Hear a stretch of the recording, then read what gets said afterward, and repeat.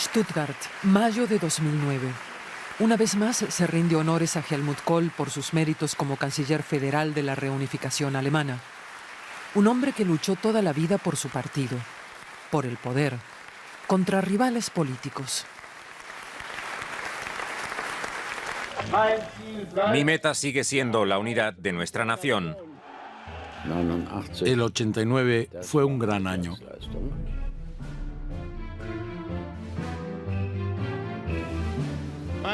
Amigos míos, se trata de un cambio político. Tenía un talento político natural.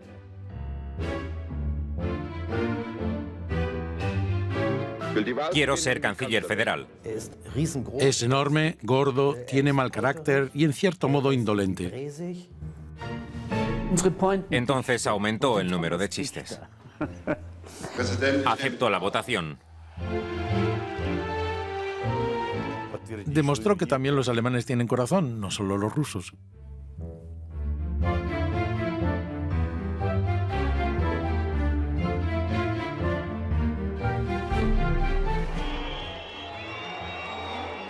Tenía que luchar. Siempre se imponía nuevas metas. Quería sobre todo servir a mi partido.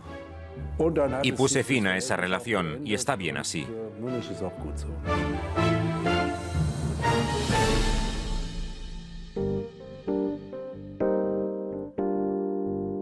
Helmut Kohl, primavera de 1969.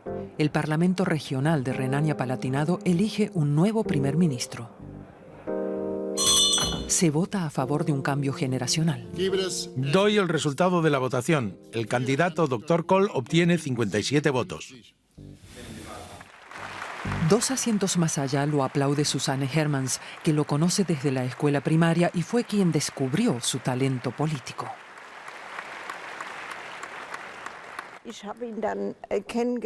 Cuando lo conocí llevaba pantalones cortos y no rehuía el trabajo.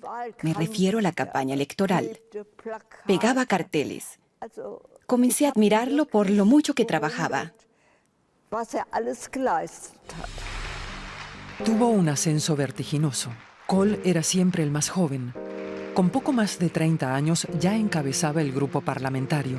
Y entonces quiso sustituir al primer ministro del Palatinado, Peter Altmaier, también cristiano-demócrata, pero de la vieja guardia. Kohl es el reformista, el luchador joven, solo tiene dificultades como orador.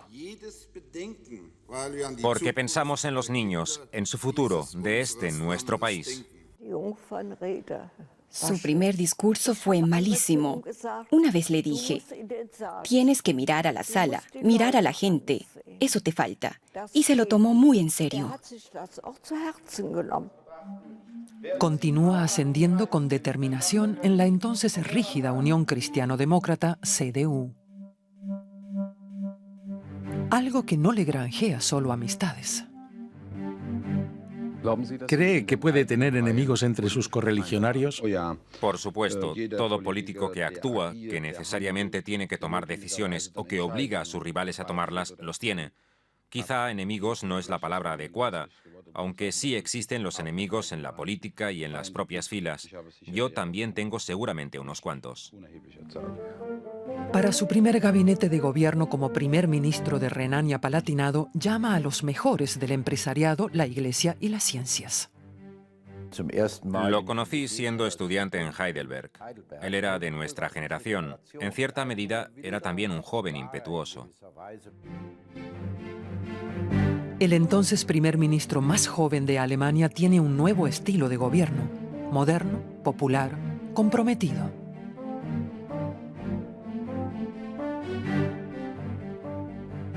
Protesta junto con los estudiantes del movimiento del 68 y transforma la atrasada Renania-Palatinado. Helmut Kohl se ha convertido en el mayor reformista del país.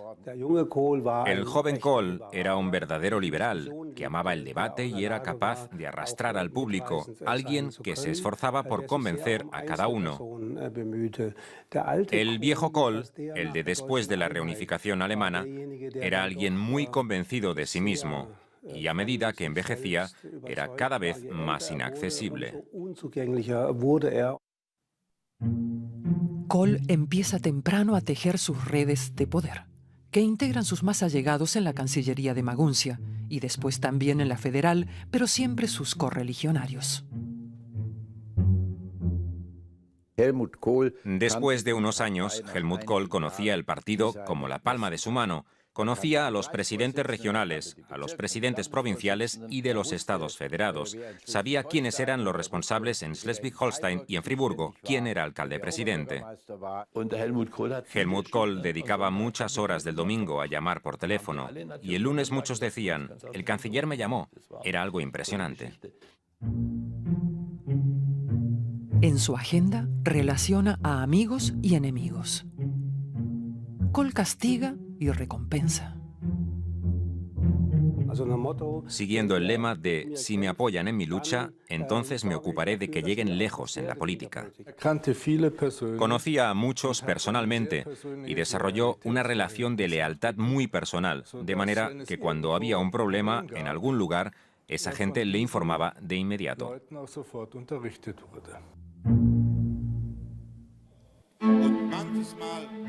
Helmut Kohl exigía una lealtad absoluta también de sus asesores.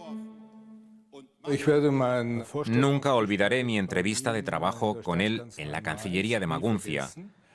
Era una oficina enorme, con enormes muebles de cuero. Si uno se recostaba, los pies quedaban colgando en el aire. Eran butacas de cuero gigantescas. Aún no me había sentado del todo cuando ya me ofreció trabajar con él. Y mi pregunta fue, ¿qué perspectivas podría tener un experto en política exterior en un estado federado como Renania-Palatinado? Y él me respondió secamente que quería ser presidente de su partido, la CDU, del que ya era vicepresidente y canciller federal. Quiero ganar las elecciones y ser canciller. Siendo aún primer ministro regional, empezó a prepararse para el cargo más alto del país.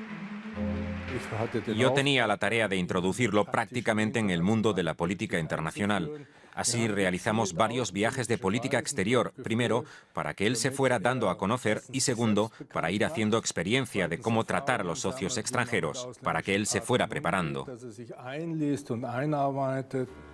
Quiero ser canciller.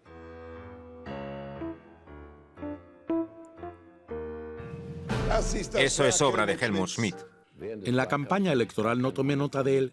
La mayor cifra de desempleo. No me fijé en él en la campaña electoral. Desde los años 50. Creo que fue en el 76 cuando vino por primera vez al Bundestag y también creo que esa fue la primera vez que empecé a fijarme en él.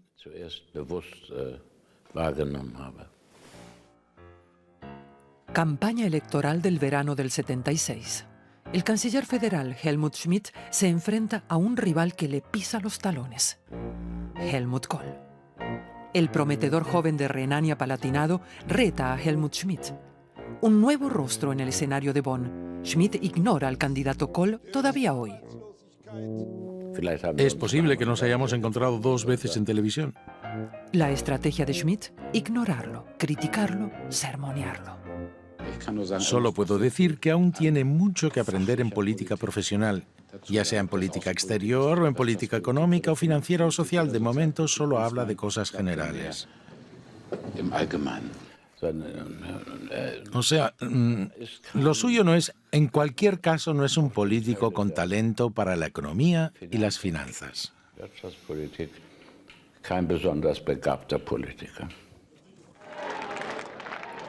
Aunque sí es un candidato apasionado.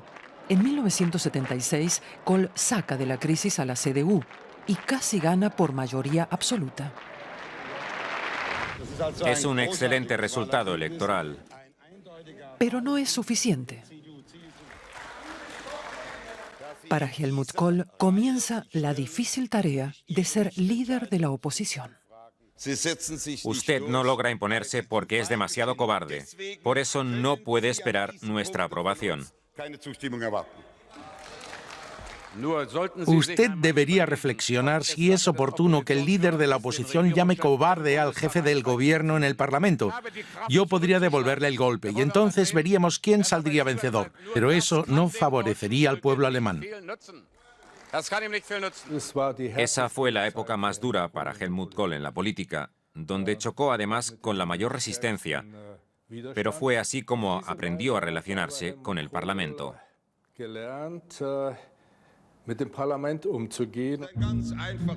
Kohl no solo se enfrenta a Helmut Schmidt, sino también a su rival conservador, Franz Josef Strauß, jefe de la CSU.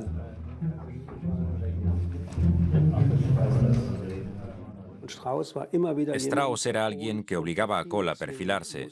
De los dos, Strauß era el más culto, y esto representaba un gran reto para Kohl, pero finalmente logró pararle los pies. Eran experiencias muy importantes para poder desempeñarse luego como canciller. Octubre de 1982, Helmut Kohl llega a la meta. Logró poner de su parte al liberal FDP, obteniendo el respaldo de la mayoría de los diputados. Con ello impone la decisiva votación en el Bundestag y se convierte en canciller federal. Señor Kohl, ¿acepta usted la votación? Señor presidente, acepto la votación. ¿Qué le pasó por la cabeza en ese momento? Nada. ¿Era normal que el vencido le deseara éxitos al vencedor? No hay por qué pensar en algo especial en un momento así.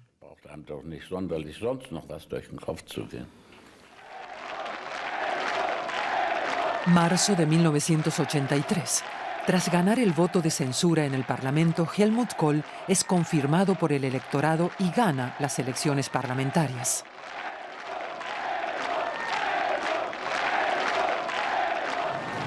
Su primera prueba de fuego son las protestas contra la denominada doble decisión de la OTAN contra el estacionamiento de misiles nucleares de mediano alcance en suelo alemán.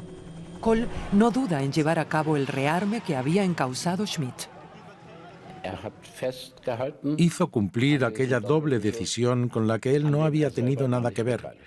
Nadie esperaba que lo hiciera. Eso fue todo un logro. Y es ahí donde empieza a cambiar la valoración que tenía el depuesto canciller federal Helmut Schmidt sobre Helmut Kohl.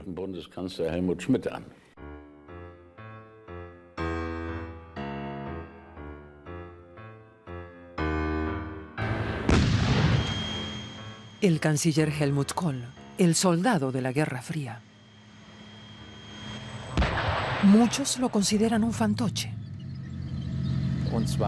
Kohl se puso un uniforme de tanquista, con casco y todo. Adoptó una pose completamente marcial. Se sentó en un tanque y se hizo filmar junto a Margaret Thatcher. Había que imaginarse algo así. Kohl como soldado devoto y alegre. Estaba de muy buen humor cuando lo hizo y se divertía. Eran imágenes provocadoras, imágenes que daban pie a las sátiras. Y nace el apodo de La Pera. No tenía nada contra el ser humano, o sea, personalmente no tenía nada contra Kohl. Lo que me atemorizaba en realidad era su política de rearme nuclear. Simplemente reaccioné como ciudadano y lo hice con mis medios, los del dibujante satírico, para darle a entender al señor Kohl que las cosas no podían ser así. Y se pone de moda la broma con La Pera. La Pera es Kohl. Y Kohl es la pera. Pero al final no hay ninguna guerra nuclear y Hans Traxler deja de dibujar peras. Él tuvo razón, fue el ganador de esa historia, pero corrió un riesgo enorme y puso a temblar realmente a todo su pueblo. Era un verdadero soldado de la Guerra Fría.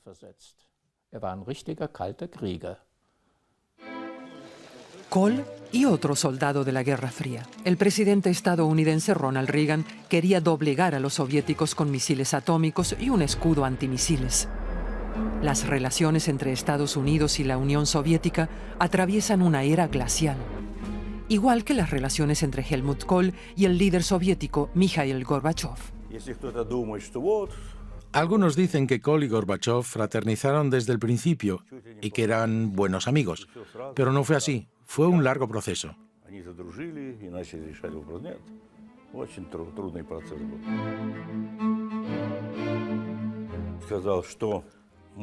Entonces le dije, lo que sale de su boca es lo que dice Washington traducido al alemán. ¿Tiene una opinión propia? Más aún, Kohl endurece el tono y en octubre de 1986 concede una importante entrevista al semanario estadounidense Newsweek, en la que dice de Gorbachov: Él sabe algo de relaciones públicas. Goebbels también sabía algo de eso. Hay que poner los puntos sobre las íes. En la entrevista, Kohl compara a Gorbachov con el ministro de propaganda nazi Joseph Goebbels. La entrevista causa un gran revuelo internacional y Kohl culpa de ello a la prensa.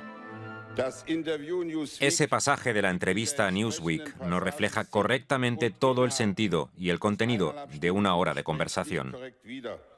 Pasarán 2 años hasta que Kohl y Gorbachov limen sus diferencias y se conozcan personalmente en Moscú en octubre de 1988.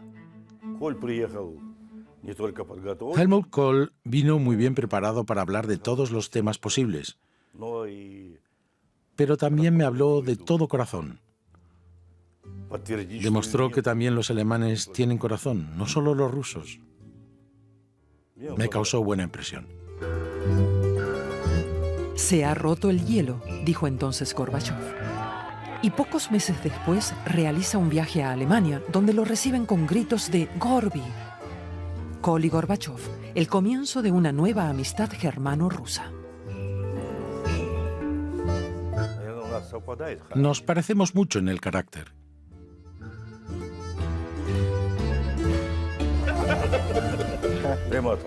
Ambos somos directos, abiertos, serios, confiables.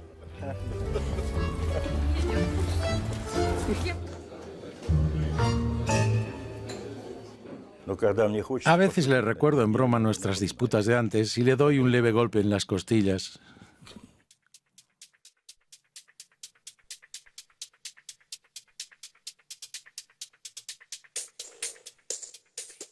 Helmut Kohl y los medios de comunicación. Los devaneos iniciales dan paso a una tensa relación.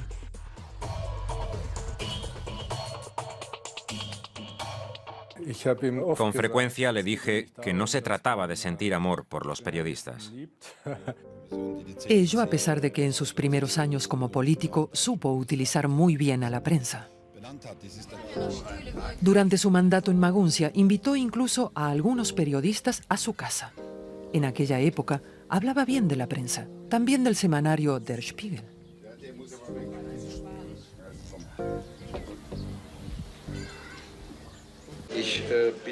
Estoy a favor de Der Spiegel, a pesar de que en estos momentos tengo razones más que suficientes para decir que en casi la tercera parte de todos los artículos sobre política no se investigó lo suficiente y que los comentarios son demasiado parciales, pese a todo apoyo al semanario. Pero después lo desprecia. Es la batalla de los medios. No hablaba con nosotros, nunca le concedió una entrevista a Der Spiegel. He de reconocer que prefiero salir a comer con buenos amigos en lugar de perder el tiempo de esa manera. Una vez, después de haberse presentado a unas elecciones y perderlas, intentó culpar de todo a los medios de comunicación, especialmente a Der Spiegel, lo que era naturalmente una tontería.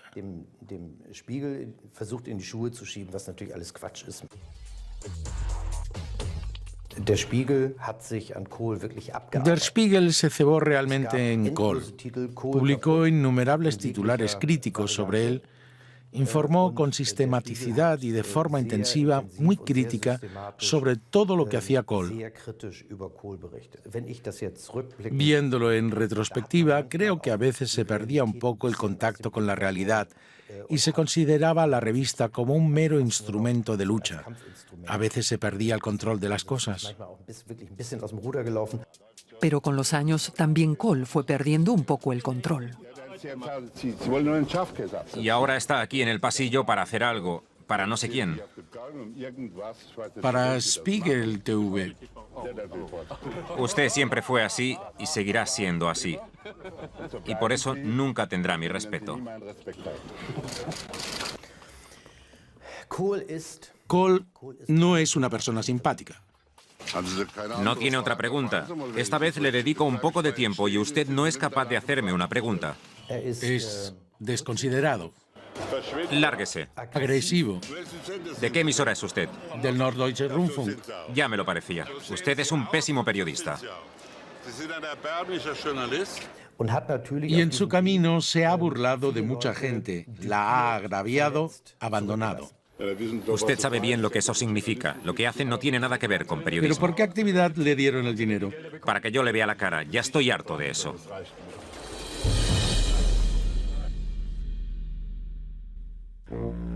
El fotógrafo del canciller goza de la confianza de Kohl. Siempre me llamó Maître, dice él mismo. Maître Müller perpetuó a todos los jefes de gobierno alemanes, pero a quien mejor conoció fue a Kohl, con quien trabajó desde 1988.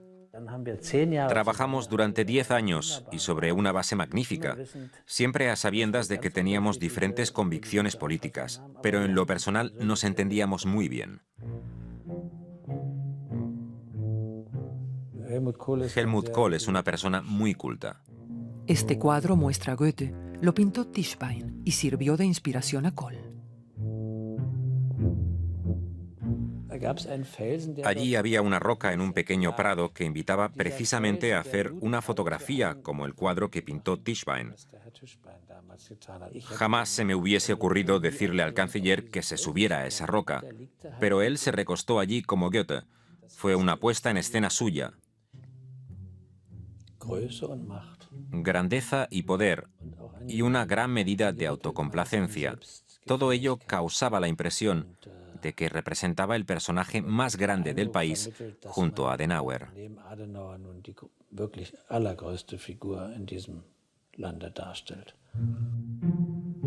A donde quiera que va, Helmut Kohl, también en su vida privada, se comporta como si fuera el jefe, dice el fotógrafo. Algo que a veces resultaba abrumador.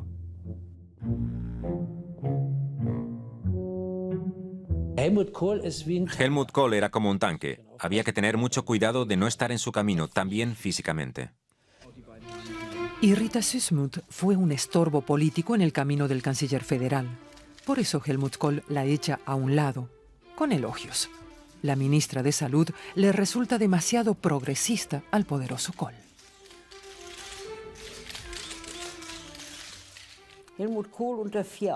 Estando a solas con Helmut Kohl, se tenía la impresión de que era un hombre liberal, accesible, pero también de que a la derecha de nosotros no podía haber nada más. Por eso siempre tenía los brazos demasiado abiertos. Helmut Kohl, el conservador. Hasta en las vacaciones se presenta ligado a la patria, burgués, arraigado. En su mundo no hay lugar para los grupos marginales.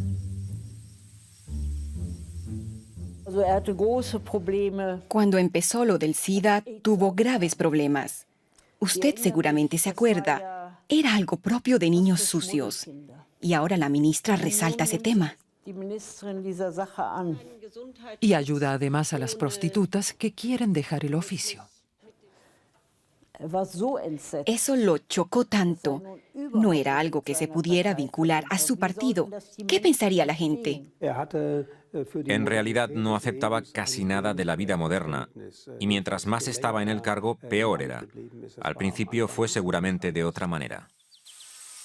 A finales de los 80, la presión sobre el conservador Helmut Kohl aumenta.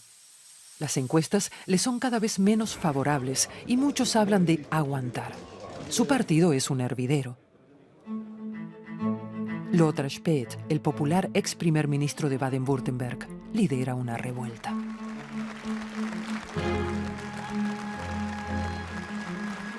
Pero todavía hoy le cuesta hablar de aquel asunto.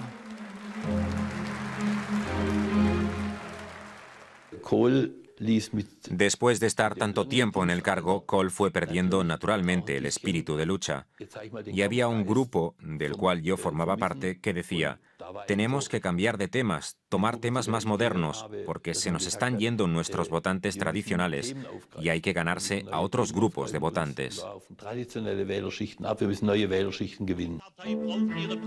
El grupo de resistencia está integrado por miembros del entonces núcleo de la CDU. Kohl se entera de la rebelión y declara que el Congreso del Partido de 1989 en Bremen deberá esclarecer los frentes. Y ahí se puso de manifiesto una vez más el instinto de Kohl, que dijo: esto no podemos dejarlo madurar, hay que aclararlo ahora mismo. Si ustedes quieren, pueden presentarse en el Congreso y nos enfrentamos en batalla abierta. Pero no se atrevieron a hacerlo. Lothar Späth cedió y los otros del grupo hicieron lo mismo. Un partido burgués no hará nunca una revuelta pública contra su líder. Eso es el ABC de la política. No obstante, lo que critico a ese grupo, que yo integraba, es que eran muy diletantes.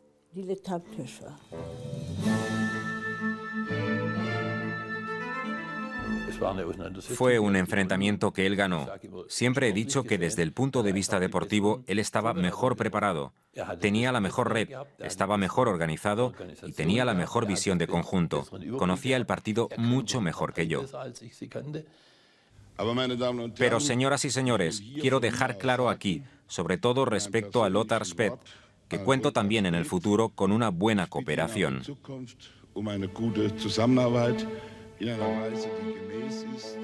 Las redes de Kohl aguantaron el golpe y castigaron a Lothar Späth, quien no es reelegido en la presidencia de la CDU. Mucho peor le va a Heiner Geisler, compañero de lucha de Helmut Kohl durante años y entonces secretario general de la CDU. Es el fin de su carrera política. Él era el cabecilla de la revuelta y se enfrentó a Kohl meses antes. Ahora el canciller lo deja caer.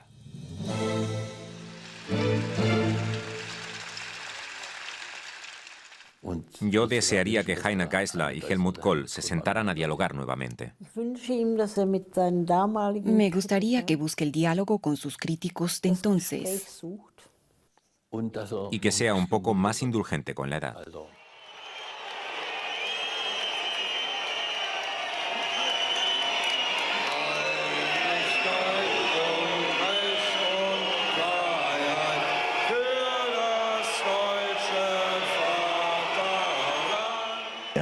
Y cantó. No conozco a nadie que cante tan mal como Helmut Kohl. 10 de noviembre de 1989, un día después de la caída del muro. Helmut Kohl esgrime la palabra durante una manifestación en Berlín. Las masas están furiosas. Grupos alternativos de izquierda rechiflan al canciller, que se muestra combativo. La situación amenaza con descarrilar. Kohl intenta calmar los ánimos. Un mensaje que reza que en esta hora feliz pero difícil de la historia de nuestro pueblo es importante mantener la calma y actuar con sensatez. Era una situación peligrosa. Sus socios europeos tenían dudas y estaban preocupados. Existía el peligro de que se produjera el caos, con batallas callejeras, muertos. Los sucesos se atropellan. Manifestaciones, protestas, una situación jurídica incierta y el temor a que se produzca un disparo. Pero durante ese tiempo Helmut Kohl fue siempre dueño y señor de la situación. Helmut Kohl siente la oportunidad histórica y la presión de la calle. La gente no quería esperar más. Estuvieron 40 años encerrados. Y si nos abren de repente la reja, entonces ya no esperamos. Nada de eso. Uno quiere salir al momento. Helmut Kohl necesita a este hombre para crearse una base de poder en la RDA. Lothar de Maizière, entonces jefe de la CDU en el este alemán. Una pareja muy dispar. Todo el país se ha puesto en marcha. También mi partido, la CDU. Nuestro futuro común se llama Alemania. Febrero de 1990. Helmut Kohl hace campaña electoral para las primeras elecciones libres en la RDA. Entonces también este país, la RDA, será una comunidad floreciente. Voto por la CDU. Por la CDU. Él fue para ellos un rayo de esperanza. Con él llegará el bienestar y la unidad alemana. Y en aquel entonces eso era para muchos sinónimo de bienestar. Y la cuenta funciona.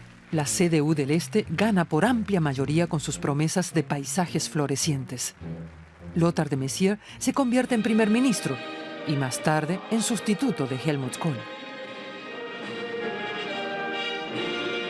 Dos hombres tan diferentes como los dos estados alemanes. Me acuerdo de haber tenido en 1990 muchas dificultades con Kohl, porque dije, con la reunificación de Alemania, la República Federal se volverá más oriental y más protestante, y él no quería una república diferente, sino tal y como era. Hacia afuera daban una imagen de unidad, pero nunca fueron amigos. Pero la batalla más dura para Kohl se desenvuelve en la arena diplomática. La mayoría de los mandatarios extranjeros rechazan categóricamente una unificación de Alemania. Tuvimos que tratar este asunto con 4 estados, con Estados Unidos, Francia, Gran Bretaña y la Unión Soviética. De ello dependía todo. La mayor resistencia la hace Moscú. Gorbachov se siente arrollado. Kohl no le informó sobre su plan de reunificación. Al comienzo, Gorbachov rechazó la reunificación. Lo critiqué seriamente. Se lo dije sobre todo al ministro de Exteriores Genscher. Genscher se sentó y lo escuchó todo. Se sentía incómodo. Allí salió a relucir que ni siquiera Genscher conocía ese plan. Pero necesitábamos a Gorbachov y su visto bueno. La jugada decisiva la hace Kohl en el Cáucaso. Le ofrece a Gorbachov dinero para financiar la retirada de las tropas soviéticas. Un trato de amigos sobre 1.000 millones de marcos. Gorbachov me dijo repetidamente que si no hubiese tenido tanta confianza en Helmut Kohl, y a propósito también en George Bush, las cosas habrían sido diferentes en 1989-90. Kohl le arranca también la aprobación al presidente de Francia, François Mitterrand. Su concesión a condición de la integración en la Comunidad Europea y la consolidación de la OTAN fueron las premisas para recibir el apoyo occidental. Helmut Kohl comprendió que estaba haciendo lo correcto en el momento preciso. Aprovechó realmente ese momento histórico para preparar las bases de la reunificación. Ese es su gran mérito. Solo han pasado 329 días desde la caída del muro hasta la reunificación de Alemania. Kohl está en el cenit de su carrera.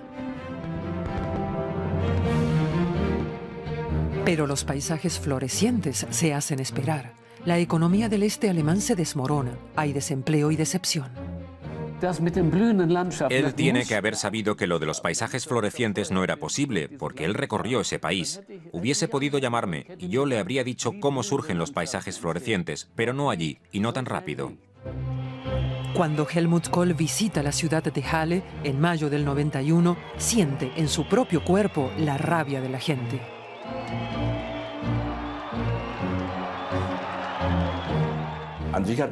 Lo que más me impresionó fue verlo correr a agarrar al tipo. Sus guardaespaldas evitaron a duras penas que le diera una paliza, pero es que no había ninguna experiencia de cómo se convierte una economía planificada en una de mercado. Podemos decir que en la RDA había cientos de libros que describían cómo pasar de la economía de mercado a la planificada, pero lamentablemente no había ninguno que enseñara lo contrario. Se cometieron errores, claro, pero eso no cambia en absoluto que todo lo logrado era algo muy positivo. Helmut Kohl no será recordado solo por el hecho de haber realizado la reunificación de Alemania, de haberlo dado todo por ese objetivo, también gracias a sus relaciones con otros líderes políticos del mundo. Su verdadero mérito es el euro. haberlo introducido contra la voluntad de muchos alemanes. Sin Kohl, hoy no existiría el euro.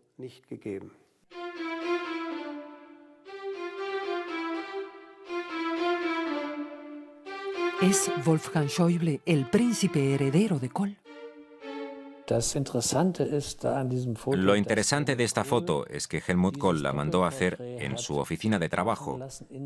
Eso le sugiere a la gente que Helmut Kohl había designado ya a Wolfgang Schäuble como su sucesor.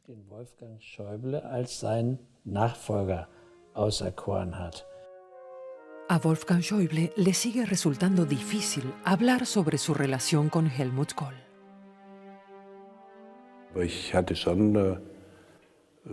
Tuve la suerte de ser uno de sus más allegados. Kohl valora mucho a Schäuble por su lealtad, inteligencia y minuciosidad. Schäuble estaba siempre a su lado cuando había que decidir algo. Es él quien negocia el acuerdo de unificación interalemán. Esta relación sigue incluso después del atentado contra Schäuble. Kohl está a punto de retirarse y no hay sucesor. Y aunque baraja la figura de Schäuble durante el Congreso del Partido de 1997 en Leipzig, deja abiertas todas las posibilidades. En aquel momento dije que consideraba a Wolfgang Schäuble como uno de nuestros mayores talentos. Nunca me anduve con secretos respecto a quién deseaba como mi sustituto. Lo llamé y le dije que no lo consideraba inteligente porque solo provocaría discusión. Pues Kohl no tiene claro aún si Schäuble será su sucesor y, de ser así, cuándo lo sucederá. Al final se presenta él mismo una vez más y Schäuble se queda en el fondo, embaucado.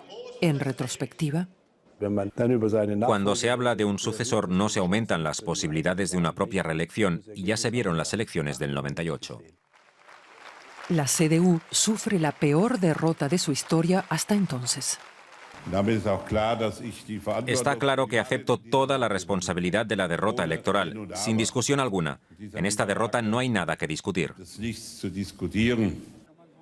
Una derrota también en parte porque Helmut Kohl no quiso soltar las riendas del poder. Canciller federal durante 16 años, si una vez levantó a la CDU, ahora la perjudicó mucho.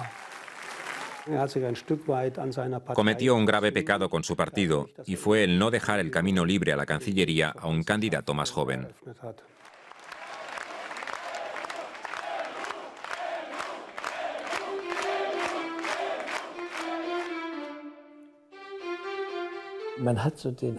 Da la impresión de que los rasgos faciales se relajan, de que desapareció toda la tensión y que ese rostro que irradiaba poder se convierte de pronto en el rostro de una persona común.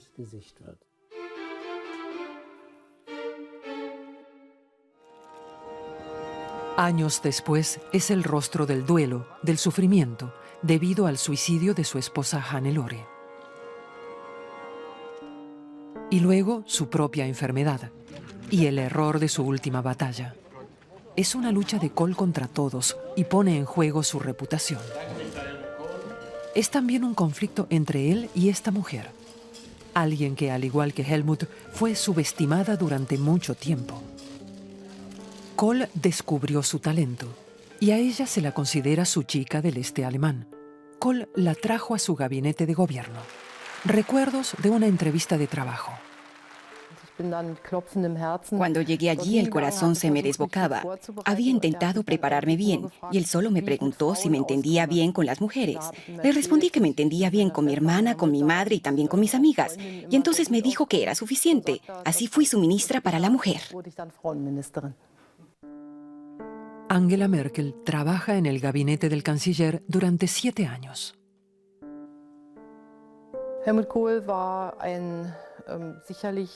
Helmut Kohl fue un canciller con gran pensamiento estratégico, que con frecuencia veía más allá del horizonte.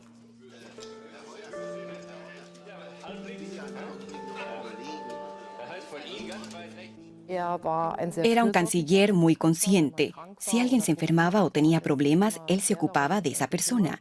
En realidad sabía que la política tiene mucho que ver con la sensibilidad humana, con la confianza humana, con el trato entre los humanos. Pero Kohl decepciona a sus correligionarios precisamente desde el punto de vista humano. Se involucra en un escándalo de donaciones al partido y deja sin respuesta una cuestión muy importante. ¿De quién provenía el dinero? ¿Puede decirlo aquí? No, esos donantes me confiaron esa suma de dinero con la condición de que sus nombres queden en el anonimato. Y no tengo la intención de mencionarlos, porque empeñé mi palabra. Pone su palabra por encima de la ley. La CDU se encuentra en una situación embarazosa, pero se defiende. La credibilidad de la CDU está en juego. Espero que Helmut Kohl, que una vez dijo que quería servir a la CDU, colabore con las investigaciones. Pero él no lo hace. El luchador Kohl se mantiene en sus 13 y termina enfrentándose al partido. También Schäuble se ve involucrado en el escándalo, lo que da el puntillazo a su relación con Kohl. La otrora chica de Kohl declara públicamente: la era de Kohl ha terminado. La CDU deberá reinventarse. En retrospectiva, creo que fue algo necesario en aquel momento. Para nosotros fue naturalmente un tiempo difícil, pero creo que fue muy necesario. Y gracias a eso la CDU puede manejar hoy lo ocurrido y volver a tener una buena relación con Helmut Kohl. ¿En serio? Helmut Kohl dejó de ser presidente honorífico de su partido desde el escándalo de las donaciones. Para Helmut Kohl el partido era algo así como su segunda familia, y el hecho de haber tenido que renunciar en contra de su voluntad a la presidencia honorífica fue para él una ofensa.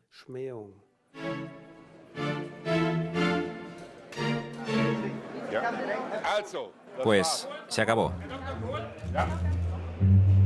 ¿Y qué queda?